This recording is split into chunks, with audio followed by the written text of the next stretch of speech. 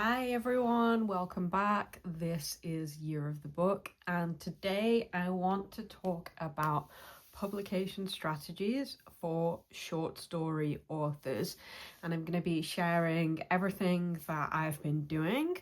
I won't be able to share with you whether it's worked or not because we don't know yet. It's too early in the game to say, but I'll be sharing with you what I've been doing and why. Everything I'm saying is just based on my experience and my perspective. And really, I don't have any evidence for any success yet. So I'm just sharing with you what I'm doing, what I'm trying in order to try and get my short stories published. If you know any other publication strategies for short stories, let me know in the comments. I would love to hear about it. I'd love to hear about where you've been most successful sending your short stories. So firstly, I'm just going to rewind a little bit to where I started this journey. So when I started this channel at the beginning of 2026, I started Year of the Book because my plan was to publish a short story collection in a book, hence the name. And what I found out a few months in is that it's incredibly hard for new authors to get short story collections published in a book. I did not know this. So I found out that most commonly people either have one or more novels already published, or they're just well-established authors, or they have considerable publishing experience already. So it started to look really unlikely that I, a completely unknown new author, was going to magically get my short story collection published in a book, unless, of course, I went down the self-publishing route. I still haven't ruled out that route, but it's not something that I'm considering at the moment. At the moment, I'm going for traditional publishing. So after I found this out, I needed to re-examine what my options were going to be as a new short story author. Now, the good news is that there are actually loads of options to get your short stories published. So that's what I want to talk about today. I'm going to talk about 3 specific routes that I'm going down all at once. So it's like a 3-pronged publication strategy for my short stories. So the first one is literary magazines. So these are magazines that are published either entirely online or in print, and they're publishing a variety of things, including short stories. They might also be publishing non-fiction in the same issues. Some of them are more genre specific, so I write mostly ghost stories, and there are lots of magazines publishing only horror or supernatural fiction, speculative fiction. There'll be ones focused across different genres as well that I haven't looked at.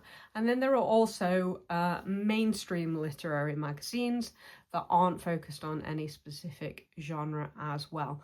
Now, some of these are super famous, really prestigious. You've got things like the New Yorker, Granta magazine, the London magazine, the Paris Review. You might have heard of some of these. Some of these are super famous, but there are also loads that are not super famous as well, right? And I don't know all of them. So this is a bit of a new world for me. So what I have done to date is I have started to collate a list of literary magazines that I want to target. I haven't submitted anything yet, and I haven't quite selected what stories I might want to send where, but in broad terms, I do have a plan. Now, the first thing I'll say is that I'm going to start aiming high.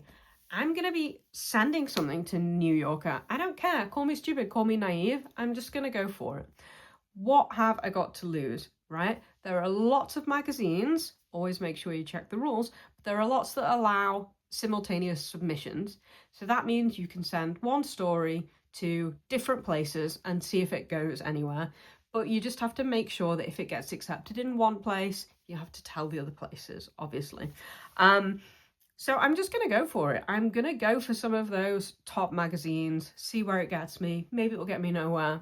I don't care, okay? I'm fine with getting rejected from journals. Happens all the time in academia. You get rejected all the time from publications, so I'm okay with that. So I'm going to be starting at the top, and I have got a few stories which I feel like they could fit a more mainstream literary magazine because they're not quite straight ghost stories. They've got some other interesting aspects in them that I think could be a fit for certain broad spectrum literary mags. Anyway, and then I've got lots of other stories that are going to be going to horror, speculative fiction, supernatural, strange fiction type publications as well. So that's the literary magazines. The second prong of this strategy is going for anthologies. So short story collections published usually by indie presses, and they're usually on a theme, okay? So there will be a call, usually direct from the publisher, direct from the press, and you can send them your short story for consideration for inclusion and publication within a short story collection that they are planning or commissioning. So I have got a story lined up that I'm going to send for a collection, hopefully in the next few weeks, and I already sent one for another themed collection as well. So this is a good way to get your story out there in print among other stories in your genre. Those are usually free to enter as well, as far as I am aware. So most literary magazines also free, but some of them charge a reading fee. Okay, so you need to always check that. It's not very much, but some do charge a fee. The anthology calls that I've seen so far haven't charged a fee, but there might be others that do. Let me know in the comments if you know anything about this. So this is the second option, and the good thing about that is, although you're interacting with a publisher, you don't need an agent, so your interaction is directly with the press. So there's that. The third option that I'm looking at is competitions and contests. Now, if you're up to date with my videos, you will see that I've already entered a poem and a short story in a competition. Now these do usually charge a fee, and that is often because there is a prize to be won, like a cash prize. So I presume that the fee goes towards the prize. Anyway, the entry fees vary quite considerably for these writing contests. So the one that I entered, it was £13 for the poem and £15 for the short story. So I could afford to do that, but I wouldn't want to be paying those fees every week, right? So the contests are probably the sort of third down on my list of where I'm looking to send things, because I don't want to be paying entry fees all the time. But I saw this competition and the deadline was coming up, and I thought, oh, I think I have something that I can send to that. So I just kind of went for it, and that ended up being my first submission anywhere.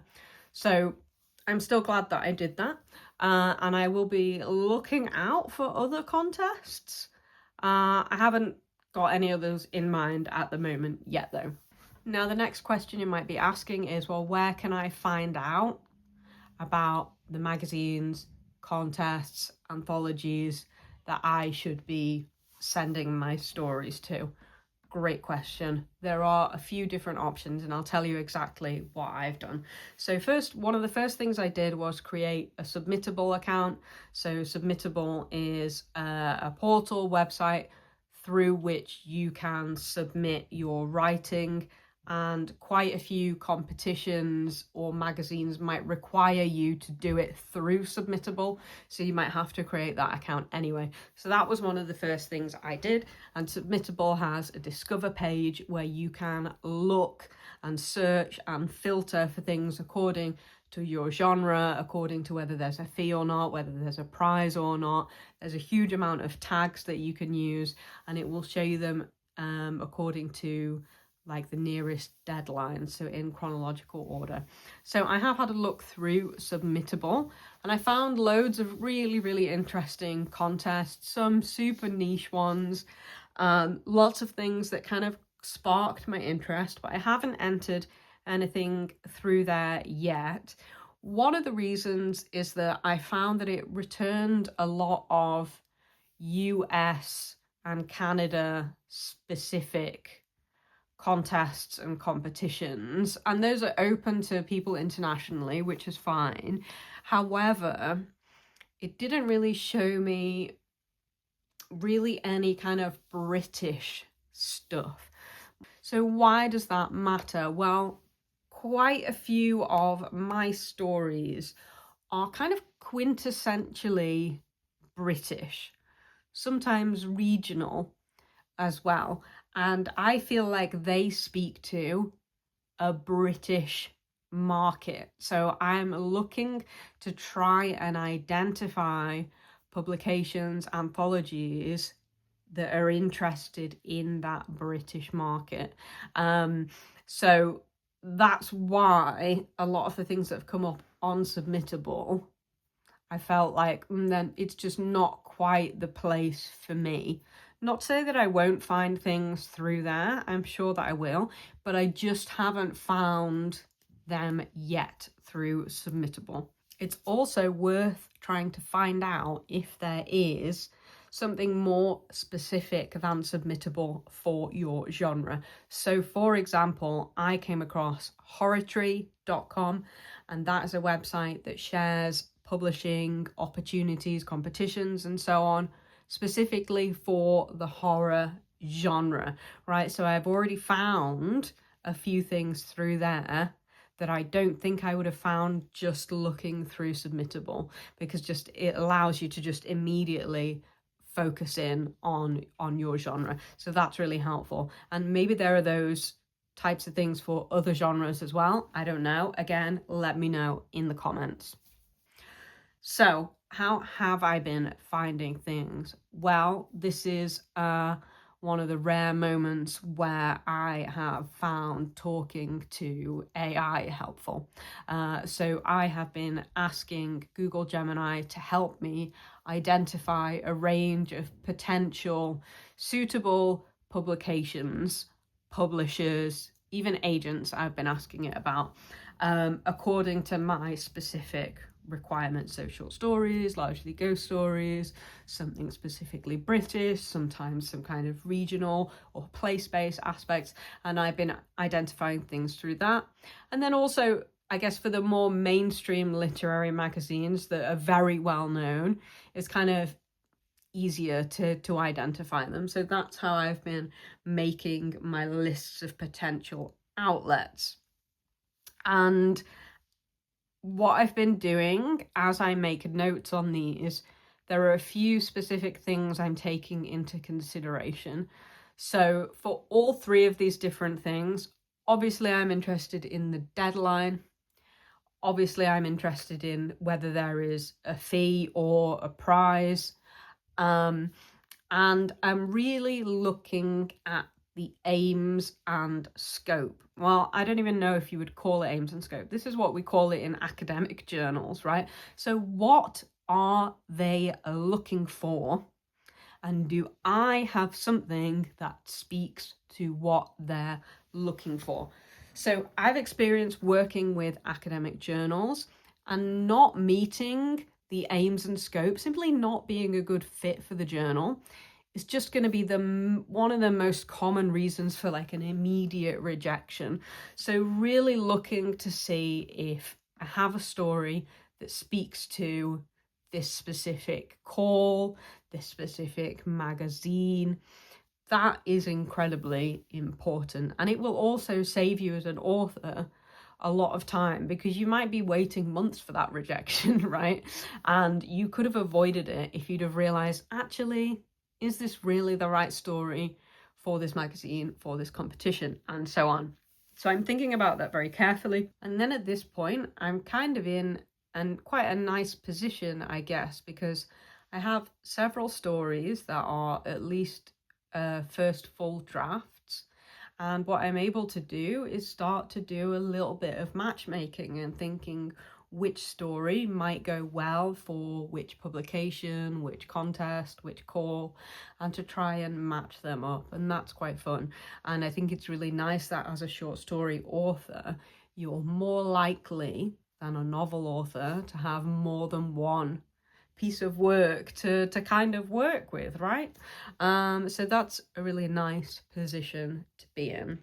So that's it. That is my current 3-pronged publication strategy for short stories. This is likely to evolve. Maybe I'll come back at some point later in the year and do another video on this, because I imagine that my strategy is going to change. It's going to have to be a little bit agile as time goes on, and we'll see how successful or not it turns out to be. If this video was helpful for you, and I really hope it was, please give me a thumbs up and subscribe, and I will see you in the next video. Thank you. Bye.